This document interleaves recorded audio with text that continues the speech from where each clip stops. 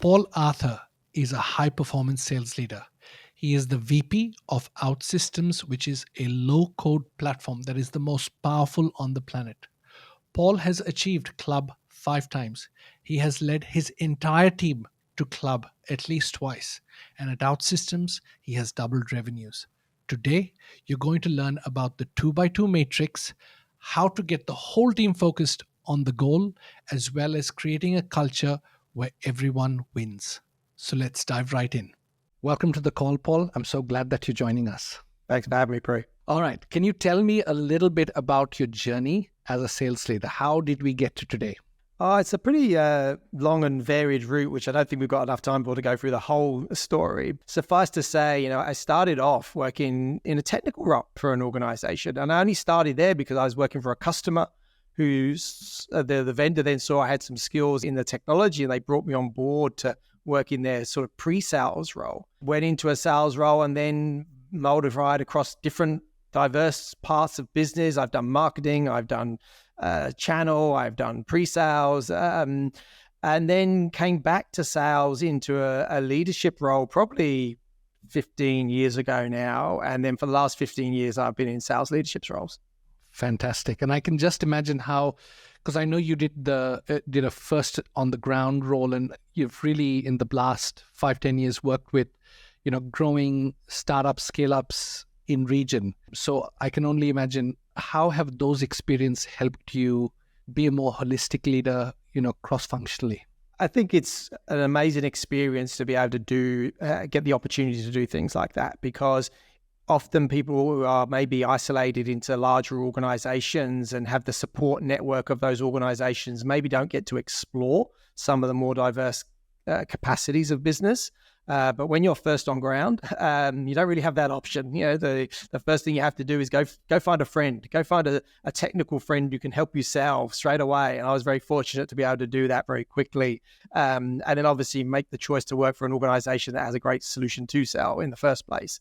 But there's so many different facets to the business. And for me, being a sales leader who can contribute to the business is not just about being good at sales and being able to grow people at sales, but it's understanding your place in a business and how you interact with the rest of the organizations, and doing that sort of first on ground role or startup role, which I've also done in a startup organization, really gives you that breadth of experience that is invaluable, because it lets you start to think like a customer and not so much like a vendor.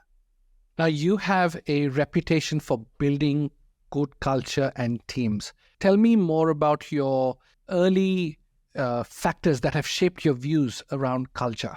I am a firm believer in the classic quote that culture eats strategy for breakfast. And I think culture eats everything for breakfast, to be honest, and dinner and lunch and all the other meals of the day, predominantly because culture is about scale. If you don't have the right culture, you cannot scale success. And when, one definition I've heard of culture is what people do when no one's looking. You want to know what your culture of your business is? Take all the leadership away and then just have the team do what they do. Then you'll find what the culture's like. Now, if you want to scale, the leadership can't always be there. So from that perspective, you've got to have a great culture. And I've been fortunate enough to see great cultures in organizations. I've also been fortunate enough to see bad cultures in organizations. And I know which I prefer, and I know which ones can be successful. And I think that, in my early days, I saw sales teams that were really being successful and they had a great culture. And it was easy to think that because they were being successful, their culture was good. Because it's always good, everyone can be happy, everyone can feel good, everyone can be collaborative when you're winning. But was the culture going to be as good? I've then seen, changes in leadership in those organizations, same team, same solutions, same market, culture fails, the success goes as well. So when I've seen that, for me, it's absolutely critical that the culture fits as well as the skill sets fit. You've seen both negative cultures and positive cultures. What are some of the key elements that you would contribute? Let's start with the negative cultures. What are some of the things that you've seen that you clearly know you don't want to be a part of, and you don't want that as a part of your organization? Absolutely. And I think that one of the key ones is obviously trust. Between trust and accountability, they're probably the two key areas that you start with culture. If you do not trust your team and your team do not trust you, you're never going to get a strong culture. You may get some success, but it will be short-lived and it'll be sporadic. It won't be a culture of success.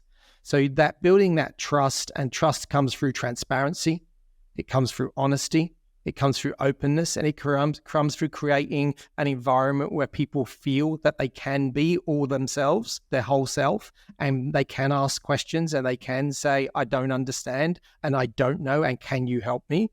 You create that. That's the core of creating a successful culture. The second part is around accountability. It's not all rainbows and unicorns that we all love each other and hug.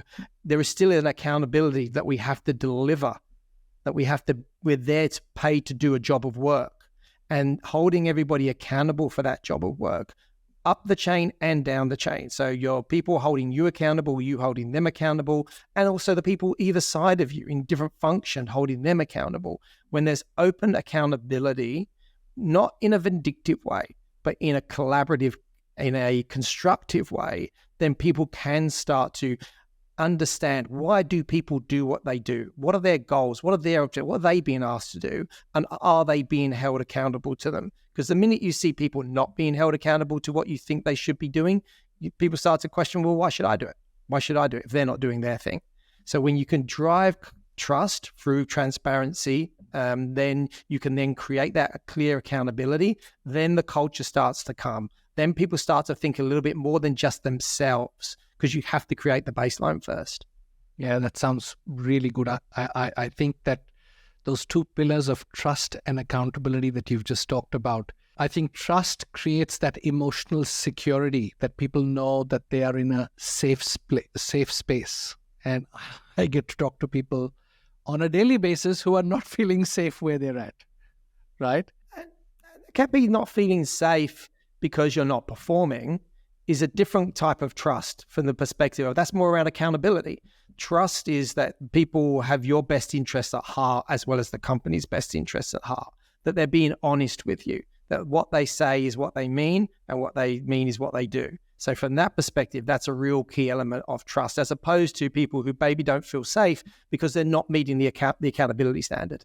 Yeah, that's very good. In fact, two situations there. One, I am speaking with people who they have put all their eggs in one big deal that's going to happen, and you know how the script unfolds, right? We've all seen that movie, right? And then you feel exposed because you haven't been sowing in other parts of your territory, which you should have. And I'd say even where people know what's going to happen, at least they still feel safe in that, I know how this is, if I don't close this, I'm exposed. It's my fault. I haven't done that. And people still remain in a state of ownership.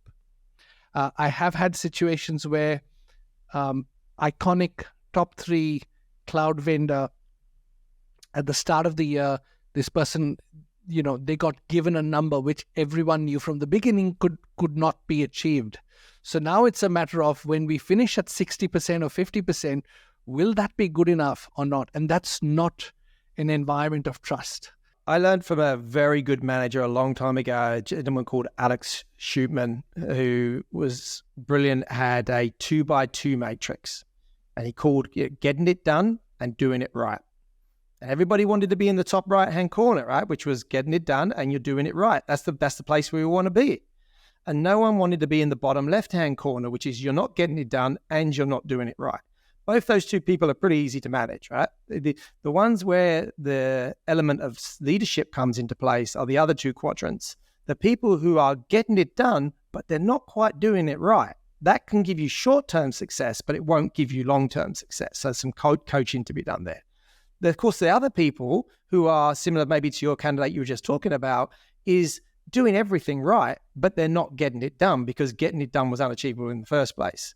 And sometimes those people get put in the same bucket as the people who are not getting it done and not doing it right. And the element of leadership is to identify those people and try and get them into a position where they can be successful because they know how to do it right.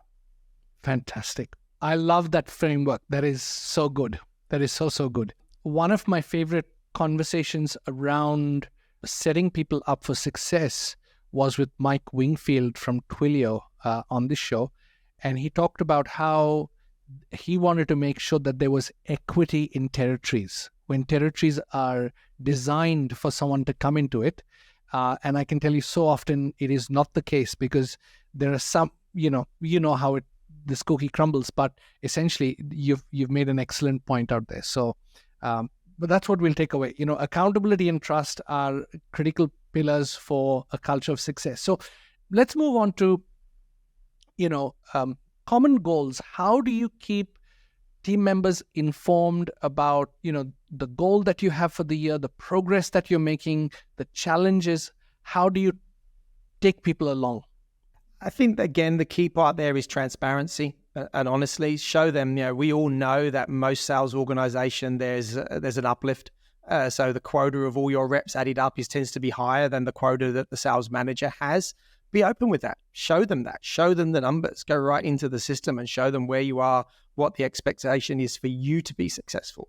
And then once you've done that, bury it, move it away. It's irrelevant from that moment on, because what's only relevant then is how do you get each of those reps to achieve their targets? Because by definition, if they all do, you do anyway. In fact, you overachieve because your target is less than the sum of the parts.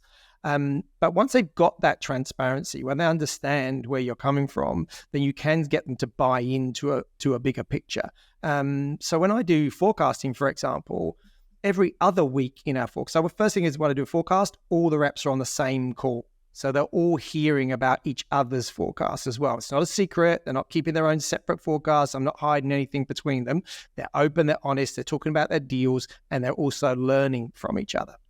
But also every other week, I bring in the functional leads. I bring in my pre-sales lead, my marketing person, my partner person, my customer success person. So they can be part of that same success cadence that we're trying to create within the business, because it's no salesperson on their own could be successful without the support of the other functions within the business. But if you isolate sales from the business, then when you need them, there isn't that connection. They don't understand the reason why. When you say, I urgently need, well, okay, that's just a salesperson asking for something and demanding like they always do anyway. But if they've been in the call and they understand the importance of the deal you're talking about to the greater success, then they're more likely to be, again, engaged in that culture of transparency and openness and trust. Fantastic. Yep. I can just see, because absolutely, if people share the goal, they share the challenge, they are more likely to work towards solving those challenges and achieving those goals. That's a great example, getting a cross-functional team on those calls. People want to be successful and people want to collaborate. As humans, we're tribal, right? We want to work together for a greater good. That's who we are. So if you actually approach it not as a target, but as a challenge, and you say, we as a team have a challenge here. This is what the company has set for us as a challenge. And how can we work together to solve that challenge and get to an outcome at the end of the year? Then that's much more exciting than talking to an individual rep about them achieving a quota of a number. How do you see your team interacting with each other as you go through the year? What are some of the supportive behaviors that you see at work at an interpersonal level? I think the key thing is you start to get to a point where you originally have to start to celebrate the successes. Everybody celebrates everybody's successes because they all see, no matter who's taking a chunk out of the quota, they're all taking a chunk out of the bigger number. And if everybody does that, then that's a great thing. The great thing about sales is it's more like golf than it's like tennis. Tennis, you're playing against another person. If you win, they lose. They hit a bad shot, you win, they lose. In golf, you may be playing with somebody at golf, but you're not playing against them. You're playing against the course. What they do is irrelevant. It's only you, the ball, and the golf course. Now, yes, you could play with your friends and you can have a collaborative game and they may give you a tip here and there to help you play better. They may want to beat you overall, but you're playing the course. For you to be successful, you to shoot under par, for you to do the best you've ever done, it's nothing to do with them from that perspective. And I think once we start thinking of it more that type of game rather than a win-lose within your team, that's the thing you really struggle with. I struggle with leaderboards. I'm open and honest with the numbers and I show everybody where everyone is at their quota, but it's not a concept of a leaderboard. It's a concept of how well that person is playing the golf course as opposed to somebody else playing the golf course. Paul, that's probably one of the best metaphors I've heard in 25 years of doing this. So thank you. That's really good. I'm going to steal that. You're welcome. Yes, and I will say that it does feel, when I'm talking to people, it still does feel that people are playing tennis in some companies, because it's very much about who can show whom up, and who got credit for something and who didn't. And I think that goes back to that trust and accountability. I think they're underappreciated values. So in terms of, as you go through the year, you start the year and you've got the big vision, you've got the big number, everyone's working towards it. You're getting in, we're getting into that. We're in quarter 4. Now, some people might have made the numbers, others have not made the numbers. Now, how do you keep it all together? Tell me what you do at this stage. I think at this point, you really are trying to get that concept of, as you get closer to the end of the year, the concept of President's Club starts to raise its head, and people start thinking, we've already made the quota or made the whatever they need to do to qualify the qualification. They're already probably celebrating. They're probably on accelerated commissions. They're making good money there. But what you then have is, when you get that team dynamic working, that culture working, they want their friends there too. They want their colleagues to be there. Now, I'm not saying my team will offer up deals and trade them across and give them to another rep, but what they will do is help them. And if they're struggling with trying to get to a particular person, or they're struggling with a particular thorny problem, help them say, hey, this is potentially what I've tried in the past, because they want to bring them along. There is no success like joint success. There is no celebration like a team winning something as opposed to an individual winning something. You watch, we just saw the Women's World Cup. We saw the emotion with a team, and Courtney Vine scores that final penalty. She scored the penalty that got, Australia across the line. But the team emotion, the team celebration was far higher. And I've been in organizations where one person's made club out of a team and it's great for them. When everybody makes club in the team, and I've only ever done it twice, but everyone in the club team makes club, that's a whole different ball game. And people, once they feel it once, they want to do it again. That's fantastic. I think that creating a culture of support and winning, and you absolutely nailed it. There's a very different feel with a podium with the first, second, third versus a whole team celebrating that joint trophy. The energy in the stadium is completely different. Yeah, absolutely. Thank you. As we start wrapping up, tell me, what are some of the things that leaders can do to encourage more support and collaboration within a team? I think the first thing to do is have a good process overall, because to drive culture and collaboration, you need time to do that. So if you're constantly putting out fires, if you're constantly having to run down deals yourself, or you're constantly having to recruit or hire because you've got turnovers in your team, then you're not going to have the time to put the real level of effort that's required around creating that collaboration and working through with the group. So, I'm a big believer. A previous manager of mine wrote a book called Success Cadence. Bart Finelli, Tom Shordoff, and Dave Mattson are the authors. It's an amazing book to give you that cadence of success that you can look at to be your underlying foundation. Now, once you've got that and you've got that foundation, everybody knows how you operate, they know what the mechanism is, that frees you to be able to focus on building those collaboration tools and build those ability for people to work together. And one of the easiest things you can do is take some of your most successful reps and give them the job of educating some of the junior ones. They hate it at first, but after a while, they actually start getting into it. They start to enjoy it. So you actually assign mentorships for some of your most successful people and say, hey, you're really good at this. You're really good at closing. You're really good at opening. You're really good at prospecting, whatever it is. How about you run a little exercise for the rest of the team as a growth thing for you, but also as a growth thing for the team? So start allocating little tasks out like that, and all of a sudden you start to see the collaboration levels grow. Yeah, and that would be a double win, because I think peers are very likely to listen and learn from someone they respect, as well as somebody who's successful doing it is going to actually have their initial taste beyond success of significance. They've actually made a difference in someone else's life. I think that's the greatest thing we could all do, right? We all want to make a difference in the world. We all want to help people. That's why we're here, right? At the end of the day. So if you can give anybody the opportunity to bring somebody else up, to reach down and pull somebody else up, why would you not do that? Fantastic. That is such good advice. Paul, thank you so much for joining us today. I really appreciate everything that you said, and it's going to help so many people who listen to this. I appreciate the time, Pri. Thanks very much. Thank you.